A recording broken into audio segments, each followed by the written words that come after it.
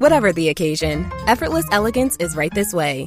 Because Hilton brings you new ways to stay courtesy of the Nomad London. And it doesn't stop at award-winning dining in a space draped in velvet and illuminated by vintage chandeliers. No, this day goes beyond with unparalleled personalized service and attentive hospitality. Oh, and did we mention the Nomad London can be booked using your Hilton Honors points at Hilton.com? Hilton, for the stay. This episode is brought to you by Indeed. When your computer breaks, you don't wait for it to magically start working again. You fix the problem. So why wait to hire the people your company desperately needs? Use Indeed's sponsored jobs to hire top talent fast. And even better, you only pay for results. There's no need to wait. Speed up your hiring with a $75 sponsored job credit at Indeed.com/podcast. Terms and conditions apply. Ryan Reynolds here from Mint Mobile. I don't know if you knew this, but anyone can get the same premium wireless for $15 a month plan that I've been enjoying. It's not just for celebrities. So do like I did and have one of your assistants switch you to Mint Mobile today. I'm told it's super easy to do at mintmobile.com/switch. Upfront payment of $45 for 3-month plan, equivalent to $15 per month required. Intro rate first 3 months only, then full price plan options available. Taxes and fees extra. See full terms at mintmobile.com. From the Fifth Quarter Studios in Madison, Wisconsin, you're listening to Coach Unplugged. And now, your host, Steve Collins. Hey everybody, welcome to Coach Unplugged episode. I have no idea, but before we get going, I'd like to big a shout out to our two sponsors. First of all, Dr. Dish, the #1 shooting machine on the market. Go over, mention Coach Unplugged, they'll give you $450 off, and they'll take really good care of you. Before I forget too, if you like this podcast, go over and check out some of our other ones like High School Hoops, Coaching Youth Hoops, 5-Minute Basketball Coaching Podcast. If you're looking for that one defense that will work against anybody, the Funnel Down Defense Podcast, the Rule of 3 offense that will work at any level, go over and check those out. Leave a 5-star review. We would like those. But also go over and check out teachhoops.com for coaches who want to get better. It's the one-stop shop for basketball coaches. It's resources, it's everything. It's what I would have wanted as a 27-year-old basketball coach. It's a roadmap to success on and off the court. And we offer a 14-day free trial because I'm a coach. I understand how it goes. Go over and check it out. Kick the tires around, see if it's for you. And if it's not, we'll part our ways and we'll say thank you and move on. But I guarantee you're going to love all the material and the material we're always putting in teachhoops.com. But anyway, have a great day, everybody. And let's head off the podcast. We're going to talk about like getting a job and all that kind of stuff. I literally talking to Teach Hoops members, like looking at their resumes, their portfolio. I got a bunch of examples. And I don't know how other states are, but I feel like Wisconsin's very slow in the process. Yeah, I know. Well, I look at postings every day and I cannot believe I know, and you know too, by the end of the year, by the end of this next couple months, there'll be about 70, 100 positions in each boys and girls. But right now there's only about, when I look at Wisconsin, we have a thing called We Can, where the postings are majority are. There's only about 8 to 10 positions posted. And a lot of them are in northern areas and not even close to proximities or jobs that I wouldn't really, I don't feel you live in Wisconsin. It was 80 yesterday and it's going to snow in 2 days. So, hey, if you don't like the weather, northern Wisconsin might be okay. I guess so. But I love my mom and my in-laws too much. And I have a good nucleus of friends. I don't really want to move too far away. So don't want to be too far from the Bucks arena. That's true. That is exactly. And I'm not that far from Madison either to go to that, or I can go to I like going to the Marquette game, especially I like going to the girls games with my daughter. I was actually in February, I was at the game where they beat UConn. It was the first time in school history that they beat UConn, which was really cool to see. It was very cool. I was there courtside, so it was awesome with my daughter. Yep.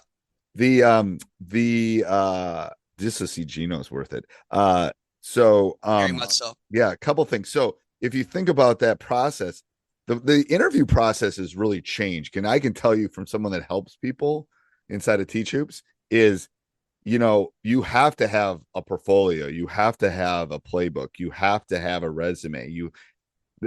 What's changed, what I've noticed is changed a lot too, is they're expecting you to like that. I have coaches around the country that actually have to do on-court demonstrations, or they have to get in front of a whiteboard and, draw an ATO or draw an out of bounds play or something like that.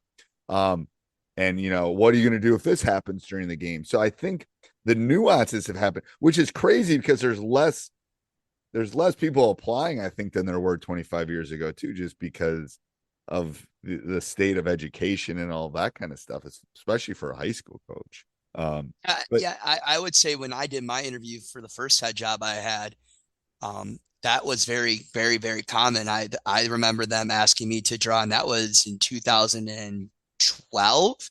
I had to draw an out of bounds play. I had to draw my favorite set. I had to break a press. And so just basic things. So I started looking at and that was one of the benefits of being a Teach Who member. And I was a beta member back in the day. You were in the top 10, like first 10, I think. Were you in, I remember. Were you when I had it on Schoology or Google Classroom or something? Yes, Schoology back in the day. Oh my God. So I'm gonna go off track for a second. So when I started teachhoops.com, I didn't know if it would work. It was 2017, 2018, somewhere in there. And I didn't know if it would work. So I figured, okay, I'll just put it in Schoology or whatever it is. It's kind of like Google Classroom. I said, I'll just put it on there. I'll get a link and I'll see if anybody joins. And it was like in June, I think. And I was literally like 2 days ahead of everybody, because I was just putting new stuff on. I know you were. You were literally just putting, and there wasn't to be honest, there wasn't a lot of rhyme and reason to begin with, as where you now with the roadmap and everything else. Right. For where Teach Hoops was when I first started, and I look at your website now, it's like completely different. But again, I didn't know what I was doing. Yeah, but the key thing to Teach Hoops have always been, and I'm not here to put a plug, is just plug. I got 2 kids in college next year. I got 2 kids. I just got Emma's tuition bill. So I think the plug has always been the interactive piece of the office hours, and that is right. Also, I mean, as much as everything else, that interactive piece, because that becomes, and we look at your framework, it says defining who you are as a coach from a personal level. That's how you do it, being able to look at what you're going to do. So for me, that goes back to what we were just talking about. I don't know if Cole listens to this one, but I was talking to Cole about some jobs applying, and he wanted me to look at his resume. He wanted to talk about, and it was like, we had to get on a call. Like I just did a call with him, because it's like, okay, he's applying. He needs to talk to me. But the whole process, and we're having construction at our school, and I've had to move in and out of my room like 2 or 3 times. It's crazy what you find. Like I found old binders and stuff from when I was applying, and the game really hasn't changed that much. No, and it really hasn't. But I look at all my documents, and that was the cool thing that I did with you through that first year journey, is like building the whole framework of player expectations. I mean, there's a little things I would change, but a lot I wouldn't. My overall philosophy, my practice expectations in depth, my pregame philosophy. I mean, I kept everything. I mean, how I do a timeout to nutrition to non-negotiables defensively, my offensive philosophy, my coaching expectations. I mean, I have all of that stuff.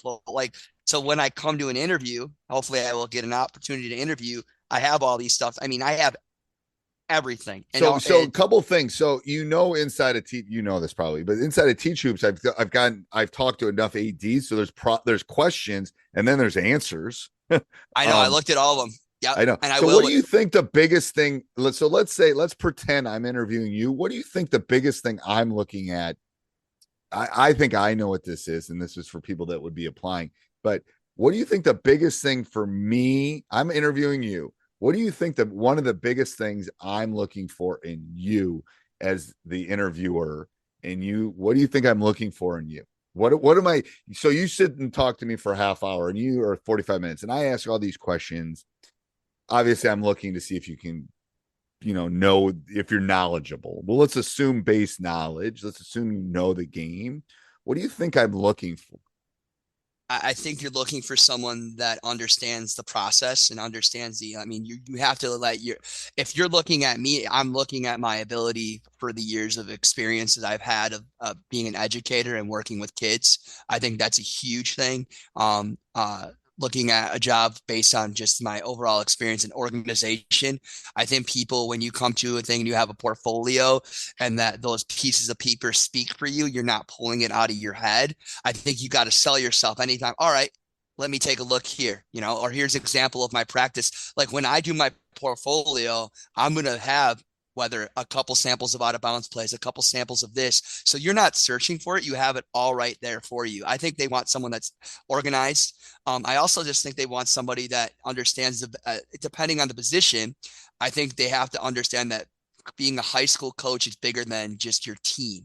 They need to know, I think they need to know that they understand how the process works. So for me, in my experience is that, you were at a small high school for 5 years. You understand the value of camps and youth program and building from there. I mean, I think you're looking at all those things. I think that's huge.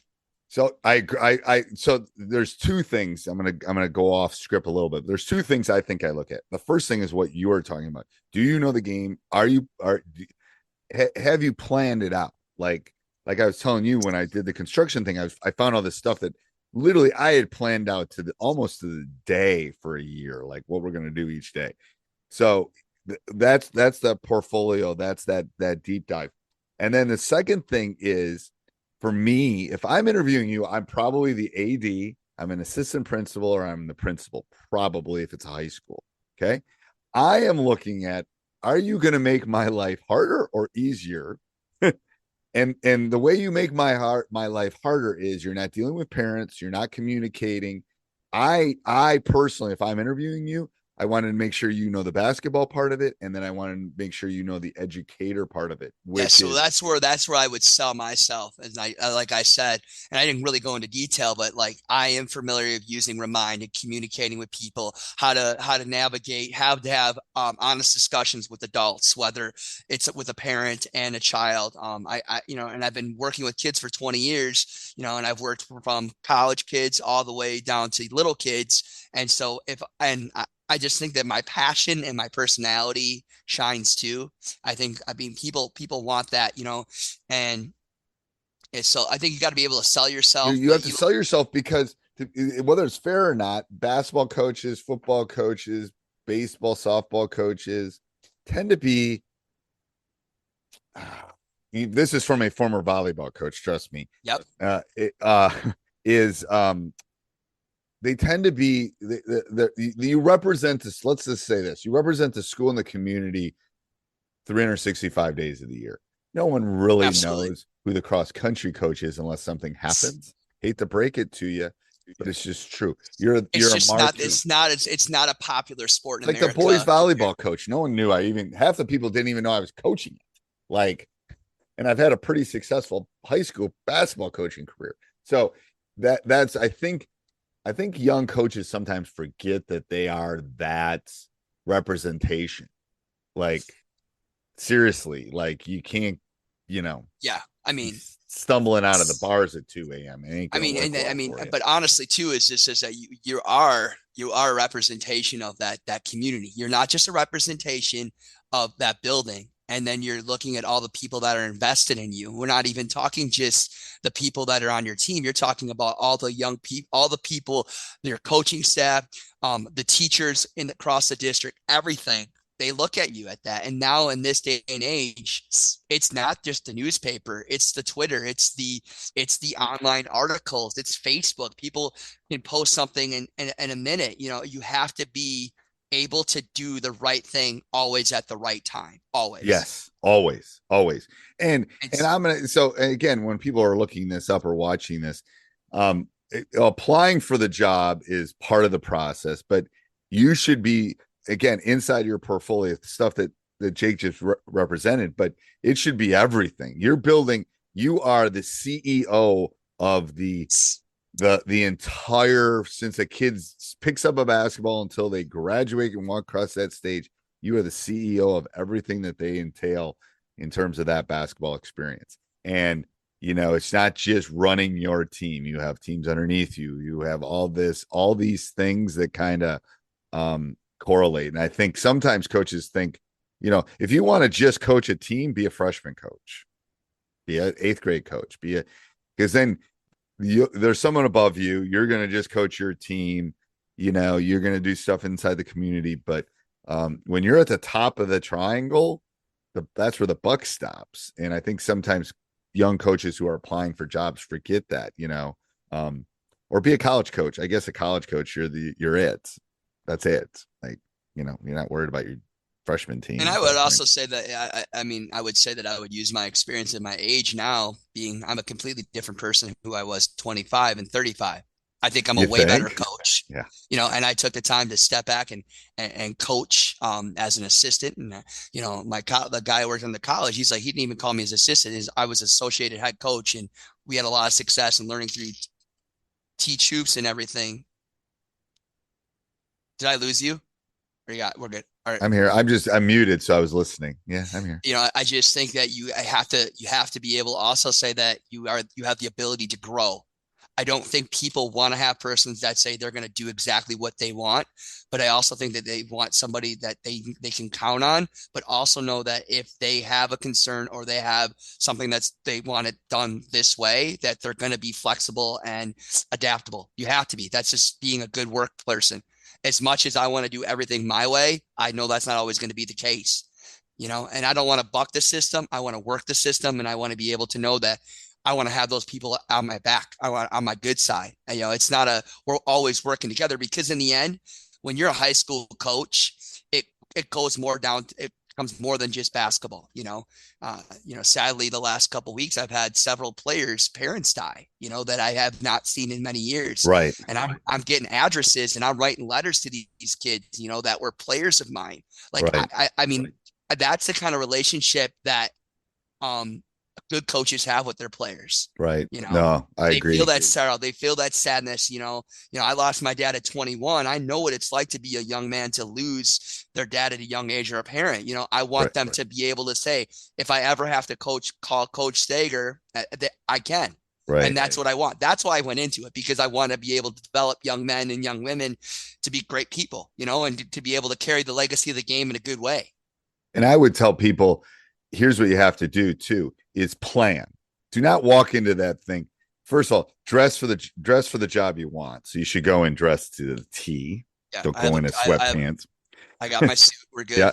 But more importantly, you need to be ready. You need to walk into that like you're taking your midterm, second semester, sophomore year in college on econ.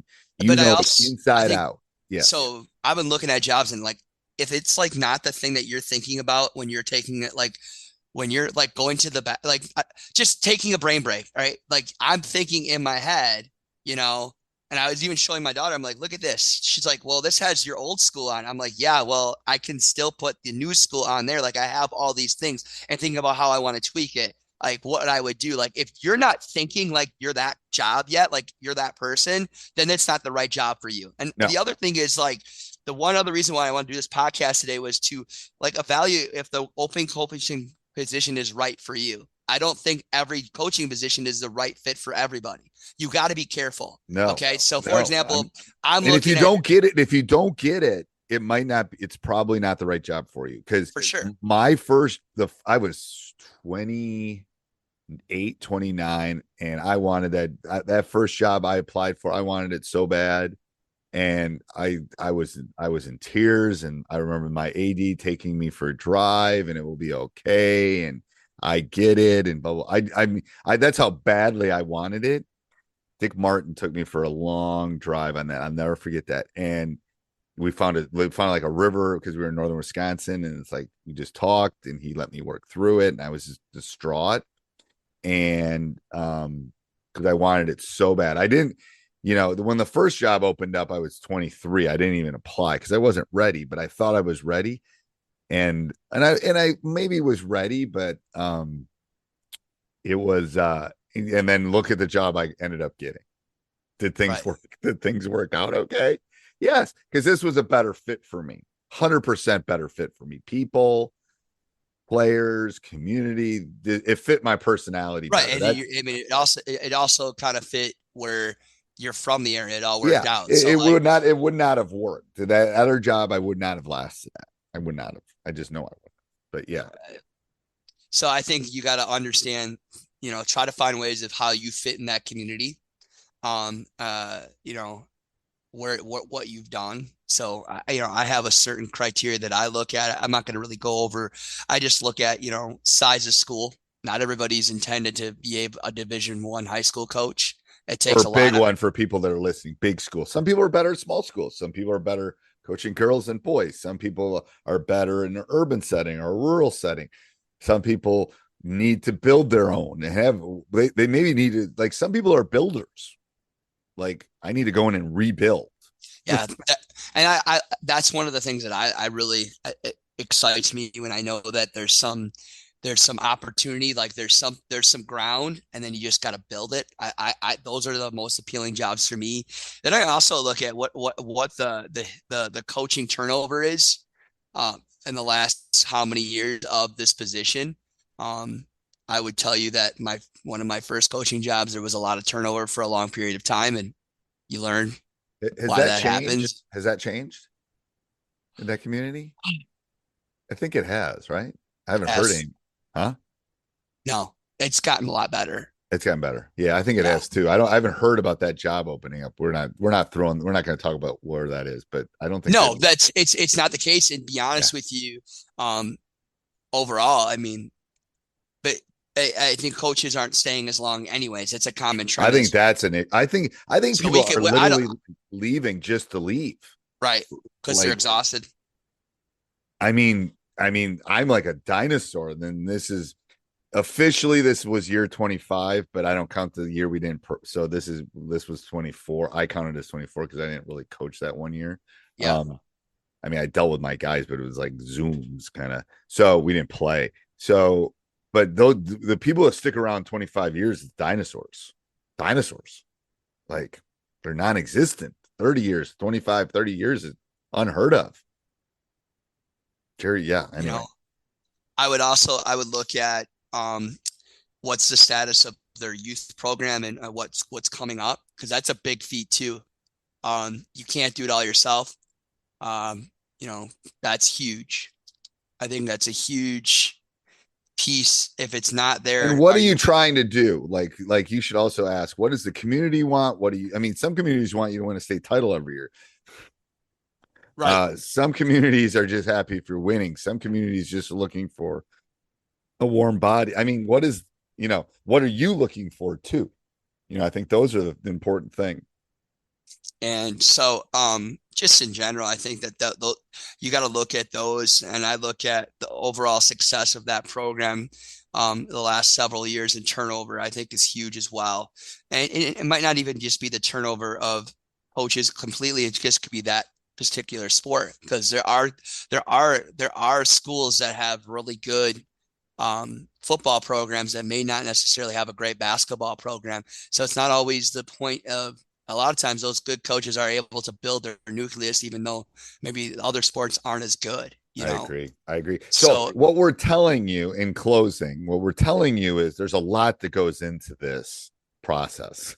Yeah. And there's a lot of research. If you're not doing the research, you're not ready for it. If you're not ready to create a portfolio, you're not willing to go on a website and look at the previous coaches and the history and all these things, or go out and ask people that live in the community and try to make some connections, whatever you can, then it's not the right job for you. You just can't apply and expect that you're going to be able to do it. There's a lot that goes into it. I agree. All right. Anything in closing? Nope. Do I have to wish you luck? No, I don't think so. I don't believe in that. Let's go. I don't either. Let's go. Let's go. All right. Till next week. Sounds good.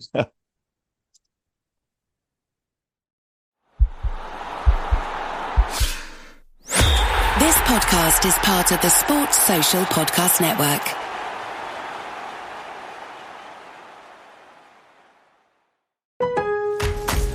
Memorial Day doorbuster deals are here at Lowe's. Right now, rewards members save $80 on the Master Forge 4-burner gas grill, now just $149. Plus, rewards members save $900 on the Lowe's exclusive Hisense French door refrigerator, now only $999. Lowe's, we help, you save. Valid through 5/26. Selection varies by location. While supplies last. See Lowe's.com for more details. Program subject to terms and conditions. Details at Lowe's.com/terms. Subject to change.